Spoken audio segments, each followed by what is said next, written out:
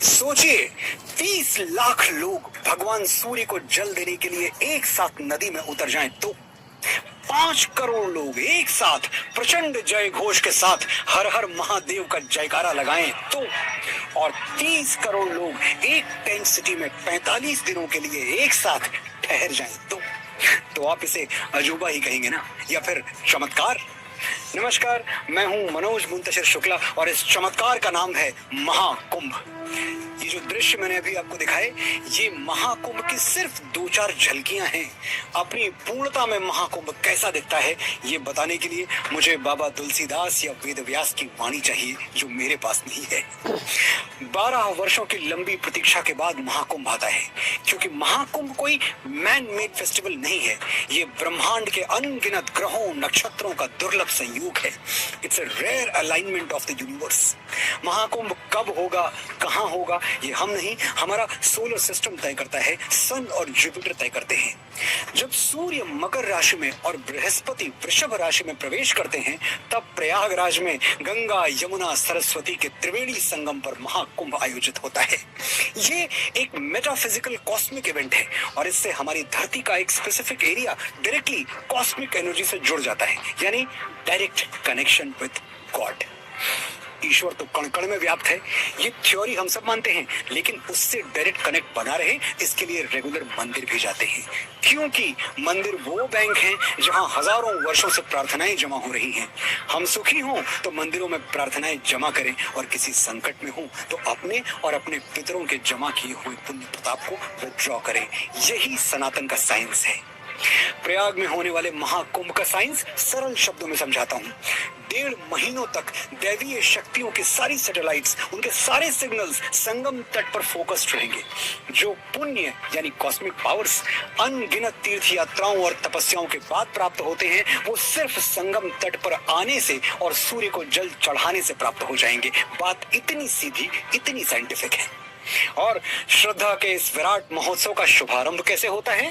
13 अखाड़ों के 15 लाख से ज्यादा साधु संत संगम की पवित्र धरती पर पांव रखते हैं, तब महाकुंभ का शंखनाद होता है। इस महाआयोजन में हर बार 50,000 से ज्यादा नागा और अघोरी साधु शामिल होते हैं। ये वैरागी 12 साल में सिर्फ और सिर्फ एक बार महाकुंभ के लिए हिमालय की गुफाओं, कंदराओं और घने जंगलों से बाहर निकलते हैं, पर्वतों की चोटियों से नीचे उतरते हैं और अपनी महासमाधि तोड़कर आंखें खोलते हैं।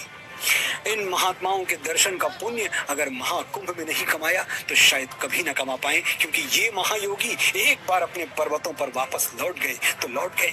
इनको हमारे बीच लाने की शक्ति सूर्य और बृहस्पति के सिवाय किसी और में नहीं है। ब्रह्म मुहूर्त में लाखों साधु संतों का राजसी स्नान, ढोल नगाड़ों के साथ प्रयागराज में उनका राजसी प्रवेश, ये कोई सामान्य घटना नहीं है। एक अद्भुत, अलौकिक और अविस्मरणीय अनुभव है। इसलिए आप खुद आकर देखिए। किसी किताब, किसी भाषा, किसी शब्द, किसी साहित्य में वो ताकत नहीं है कि महाकुंभ का अनुभव बता सके। इसलिए आप खुद आकर देखिए। कोई सोशल मीडिया, अखबार या टीवी महाकुंभ की रियल एनर्जी आप तक नहीं पहुंचा सकता। इसलिए आप खुद आकर देखिए। एंड ट्रस्ट मी, अगर आप खुद आकर देखेंगे तो आप भी महाकुंभ के मैजिक को महसूस तो कर पाएंगे, बता नहीं पाएंगे। क्या दीवार पर दिए की फोटो लटका देने से घर में उजाला हो सकता है? नहीं। क्या कागज के फूल मंदिर को सुगंध से भर सकते हैं? नहीं। क्या पानी का फॉर्मूला H2O रट लेने से प्यास बुझ सकती है? नहीं। तो फिर कुछ मिनटों का कोई वीडियो आपको महाकुंभ का एक्चुअल एक्सपीरियंस कैसे दे सकता है? भाग्यशाली हैं हम कि 12 साल बाद यूनिवर्स ने हमारे लिए संभावनाओं के द्वार खोले हैं। इस द्वार में प्रवेश करने का सौभाग्य हम छोड़ दें, इतने नासमझ तो हम नहीं हैं। आपको जानकर सुखद आश्चर्य होगा कि हमारा और आपका गौरव महाकुंभ यूनेस्को की intangible cultural heritage of humanity में शामिल हो चुका है। इस बार महाकुंभ प्रयागराज में आयोजित हो रहा है। शुभारंभ 13 जनवरी 2025 को होगा और समापन 26 फरवरी को। और इस 1.5 महीने में संगम तट पर पवित्र स्नान करने के हमारे पास कुल 6 अवसर होंगे। पौष पूर्णिमा 13 जनवरी, मकर संक्रांति 14 जनवरी, मौनी अमावस्या 29 जनवरी, बसंत पंचमी 3 फरवरी, माघी पूर्णिमा 12 फरवरी और महाशिवरात्रि 26 फरवरी। प्रयागराज आपकी श्रद्धा के लिए भी शुभ है और यहाँ आपकी आंखों के लिए भी बहुत कुछ है।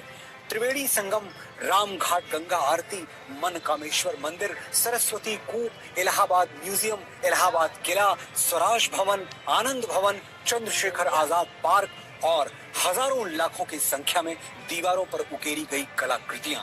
इसीलिए कहते हैं महाकुंभ नहीं देखा, उत्तर प्रदेश नहीं देखा तो इंडिया नहीं देखा।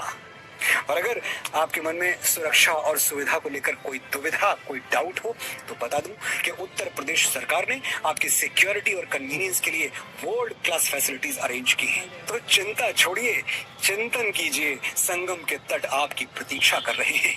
उत्तर प्रदेश टूरिज्म की ऑफिशियल वेबसाइट पर विजिट करके अपना टूर प्लान आज ही बुक करें। सर्व सिद्धियां प्राप्त करने का ये अवसर चूके नहीं। सर्व सिद्धि प्रदाह कुंभः, हर हर गंगे, हर हर महादेव।